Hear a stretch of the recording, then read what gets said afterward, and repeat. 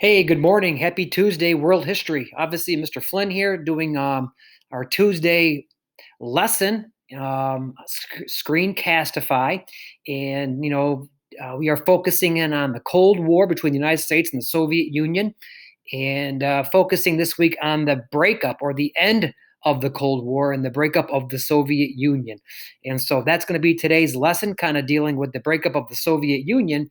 And what I want to kind of talk about today and what I want to teach about today is the focus on the last few leaders. I think when the Soviet Union was created, I think at the end of the day, I think they had like 8 or 9 different leaders, 8 or 9 premiers or presidents that led the Soviet Union. And so I want to focus on the last few, and of course, the role that Mikhail Gorbachev played in the breakup of the Soviet Union. The first one, this guy right here, when I was growing up as a kid, roughly your age, this was like the face of evil. This was the guy who was kind of like public enemy number one. His name was Leonid, that's right, Leonid Brezhnev. And he was the premier of the Soviet Union from 1964 to 1982. And it was probably during his leadership is when the Soviet Union really started to become what they would say stagnant, not getting any better, not really improving, especially economically. If you remember, the Soviet Union's on that planned economy, where the government kind of controls everything and there's not a whole lot of like free enterprise or free market economy. And so it was kind of like deemed under his leadership that the Soviet Union eventually kind of became stagnant and kind of stale. And you can see that he ruled for a long time.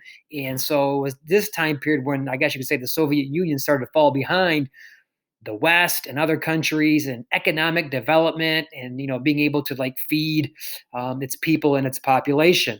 Um, he'll eventually die. And again, in the Soviet Union, they didn't have free elections. They have a one-party rule. Of course, that's the Communist Party. So when they voted for a premier or a leader, it wasn't like the people go out and vote like we do today in the United States. The Communist Party would basically handpick an individual and say, boom, this is the guy who's taken over. This is the guy who's in charge. And they picked this guy here. His name was Yuri Andropov. And one of the similarities in these two pictures, as you can see, is that these are two old men, two old guys. So when Brezhnev passes away and he dies, they picked this guy by the name of Yuri Andropov, and I believe he was like 77, 78 years old, so almost like a carbon copy, of Leonid Brezhnev and being old. We're going to keep doing what we're doing, even if it's not working. And so they pick Yuri Andropov. And as you can see, the years that he served, not very long. In other words, they pick him. He's premier in 1982, and then he dies in 1984. And then what happens is they pick this guy right here. Yeah, his name was Konstantin. That's right, Konstantin Chernenko. And let me move my picture off to the side here. Okay. And as you can see, Chernenko here served even less. And in fact, I think when he was elected premier, I think he was 80 years old or 79 years old. So once again, you're getting almost like the same duplicate leader, old, kind of like stale, nothing vibrant, nothing new. So when Konstantin Chernenko dies, the Communist Party kind of realized, hey, maybe we should try something different, maybe try somebody younger. And so that's kind of the decision that they make. They kind of make a decision that, hey, things are not going good. We just can't, keep repeating the same mistakes. And so the Communist Party picked a much younger leader. And first of all, I know when you look at the picture, you're probably thinking, well, he's not really young. Look at him. He's got gray hair. He looks old. I mean, he was like 53. Trust me, someone who's 51 years old, 51, 53, that's still young, okay? And his name was Mikhail Gorbachev. Now, if you think about being 51 or 53 like Gorbachev, that is really much younger compared to like Chernenko, who was like 80, and Dropov, who was like 76. And so it is, 2030. That's like 3 decades younger. Now, the big teaching moment is this one right here coming up. The next thing I'm going to pop up on your big screen is that when Mikhail Gorbachev becomes the leader of the Soviet Union, He recognizes that the Soviet Union is lagging economically. He realizes that they're kind of falling behind the times. He knows that they have to make some drastic changes. They just can't keep doing the same thing. Now, the changes that Gorbachev wants to make are the changes that is influenced by the West. Now, this is important to know because the Cold War was like East versus West. I mean, it was enemy versus enemy.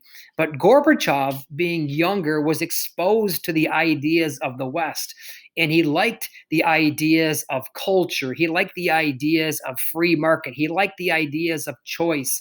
And so, what's important here is that when Gorbachev becomes the premier, he recognizes that the Soviet Union has to change things. I mean, he gets it. He really does. But he's going to implement changes that carbon copy from the West. And of course, we know the West from Western Europe, the United States, and yeah, I mean, you know who else we throw in there because we have to. And so because of those changes, that's why we get glasnost, which is that openness of free speech, free press, more individual choice. And he also brings in perestroika, which basically means, hey, we can't have the government, control the economy. We got to open this up for free enterprise and entrepreneurs. And so when the Soviet Union started to get, I guess you could say, a little taste of the West with the freedoms and the economic opportunities, ends up being a major factor why the Soviet Union will eventually break up into 15 separate countries. So again, the big connection is Gorbachev was exposed to the West. He liked what the West had to offer, and he tried to make the Soviet Union, in ways, more like the West. Not that the West is perfect, because obviously we have our issues, but he thought, it's a lot better than kind of what we're doing right now.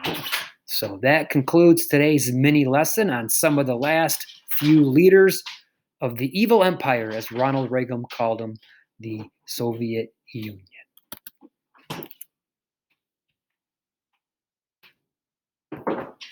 And that concludes it.